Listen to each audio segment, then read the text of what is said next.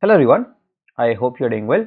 So in this video, we are going to discuss Leetcode problem of the day, and today's problem is largest submatrix with rearrangements, and it is going to be a medium level problem. So this was an interesting problem, not the other medium level problems we have been encountering recently on Leetcode problem of the day, and we are going to discuss how we can solve this particular problem. But first, let us have a look at the constraints. So the constraint mentioned that the multiplication of m into n will be less than equals to 10 raised to the power 5. So this simply implies that we can form any algorithm of order of n into m, right? So this can be the complexity, right? Because the number of operations will be 10 raised to the power 5 only. So this is valid, right? This was the first observation. That means we can think of something in order of m into n, that is traversing the whole matrix. Now, this problem can rather be solved with brute force only, but to identify that brute force was a little implementation task and observation task as well. So let me just tell you how we can think of this problem. I'm just going to take this element, and let's say we have this particular grid given to us, right? So now what we are going to do is, so this is my first column, this is my second column, and this is my third column. Now the question says that we can rearrange any of the rows, right? Rearranging rows means, if you look at the sample test case, they have put the row at index column at index 2 at index 1. So we can arrange columns. I have said it wrong. If I said it rows, it should be columns, right? So we can rearrange the columns in any way we want, but we cannot rearrange the rows itself, right? So this is something you need to know. Now they say that they have moved this column 2 to position 1, right? And now if they move them together, you see these four form a matrix together, right? So the matrix can be of any dimensions. It is not necessarily n into n, it can be a into b, any value, right? But it cannot be any random figure like this. It has to be a submatrix or a square, right? Or a rectangle, anything. It says that it cannot be any random shape. Now how can we solve this particular problem further? So you see that we are allowed to form any submatrix. So let us just fix one thing out of many variables here. So I'm going to first fix this particular row, right? So fixing this particular row means that I am going to calculate the answer ending here, right? So whatever will be my final submatrix, let us say my final submatrix is something like this of dimensions a cross b. I am saying that this ending row will match this particular ending row, right? This is what I am saying. So what I have essentially done is I have fixed one of the things. Now what I can do, I can review this problem in a different manner. So now the values will be 0, 0 and 1. So what can be the maximum values you can form? Let's say these are the heights of the some buildings, right? So now there is a building with height 0, there is another building with height 0, and there is a third building with height 1. So what is the maximum submatrix you can form? That is 1 cross 1. This is this itself, right? Now let's say my final answer was ending at this particular position, right? So now I have a building of size 1, I have a building of size 1, and now I have a building of size 2, right? This one, and this is of size 1, this is of size 1. So now what I can form is, I can form this particular building, so it will be 1 into 2 dimensions. Now I can form this particular building, this will be 2 into 1, right? So I can form these types of structure, and again I can take these three together and I can form 3 into 1, right? So you see, I am trying to fix one of the values, and based on that fixed value I am trying to form my answer. Currently I am fixing the ending row where my final structure or my final submatrix will end, and based according to it I am trying to form my answer. Now let's say I end my final matrix on this particular row, right? So now what will happen, I have a building of size 3, I have a building of size 0. Remember that these have to be continuous, right? We cannot have a 0 and then a 1 and count it as 1. These have to be continuous, because we have already decided that my building is going to end here. That means it should also start from here, right? Now again we have a building of size 2.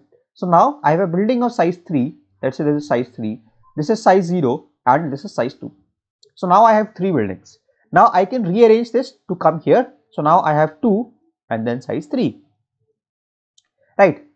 So now what is the maximum value that I can form? I can form this particular 2 into 2 matrix, right? So this was the intended solution. Now again, I'm just going to quickly go through what I just said. So what we are trying to do is we are trying to fix one row as the ending row of my final answer, right? Now once we have fixed this, we can try to find out what is the height of the buildings, or you can use any term you want, but I'm using here buildings. So you want to find the heights of the buildings ending at that particular row. Remember this particular case, when it is starting with 0, so the height of this building will be calculated as 0 because it has to start up from the ground, right? So once we have all of these buildings, now we can rearrange their heights. So 0, 2 and 3, right?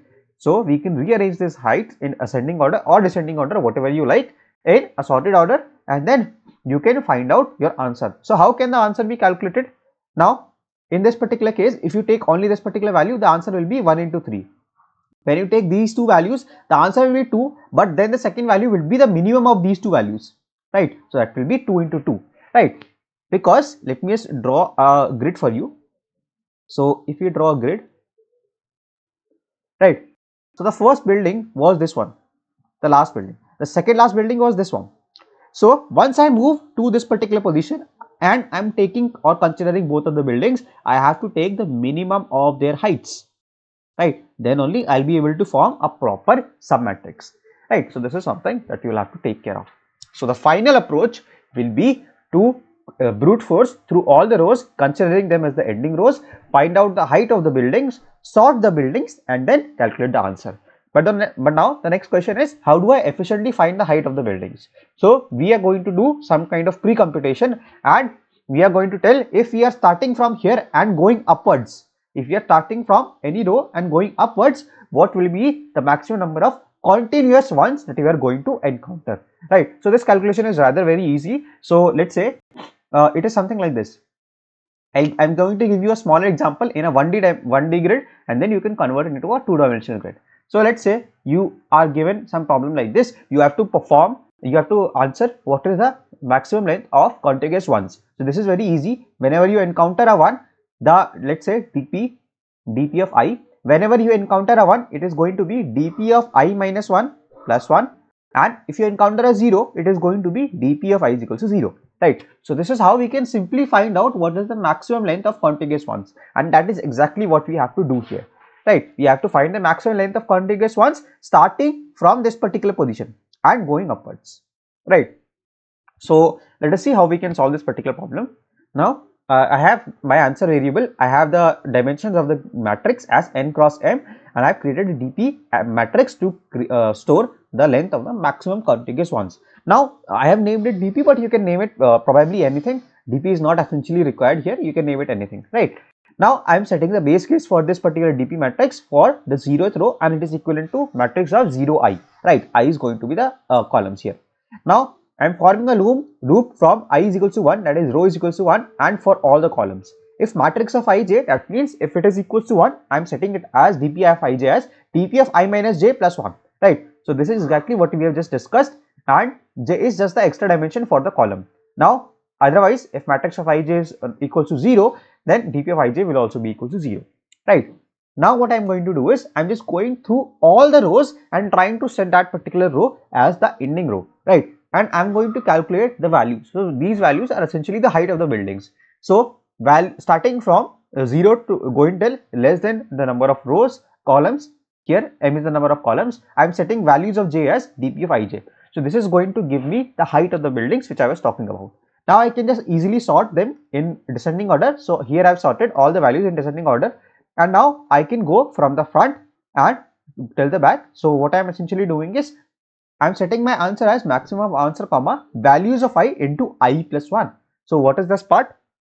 Now we discussed this part, right? So here the height was 3, here the height was 2, here the height was 0, 0, let's say, right? So if we only consider this particular row, this is going to be 3 into 1, right? But since we have an array in 0-based indexing, that is why I am doing 3 into I plus 1. Now I said that when we take two rows, then we have to take the minimum height of these two, right? But since the values are decreasing, that means the new value will always be smaller than the previous value. That is why I can directly take values of I. I don't have to maintain a minimum variable because they are already sorted in decreasing order, and I can directly take values of I as the minimum value, right? And I have to multiply it by the number of buildings that I have taken. That will be I plus 1 in this case. But if you take 1 based indexing, you can only take I as well, right? So I have taken 0 based indexing. That is why I have done I plus 1. Otherwise, you can take I as well, right? So this is how I can calculate my answer and finally return my answer. So this would be the solution of this particular problem. Let me just quickly submit this and show you that this particular solution works. So actually I have submitted today in the morning. So you see these both are accepted. And that is it for this particular video. I hope that you guys were able to understand the solution. If you guys did, then consider dropping a like on this video. And don't forget to share your thoughts in the comments, because your engagement with this video really helps the YouTube algorithm to understand that this video is actually helpful for you. And it will be able to reach much more people like you who want to keep solving new problems. So that is it for today. Till the next video drops, keep coding, stay safe, bye bye.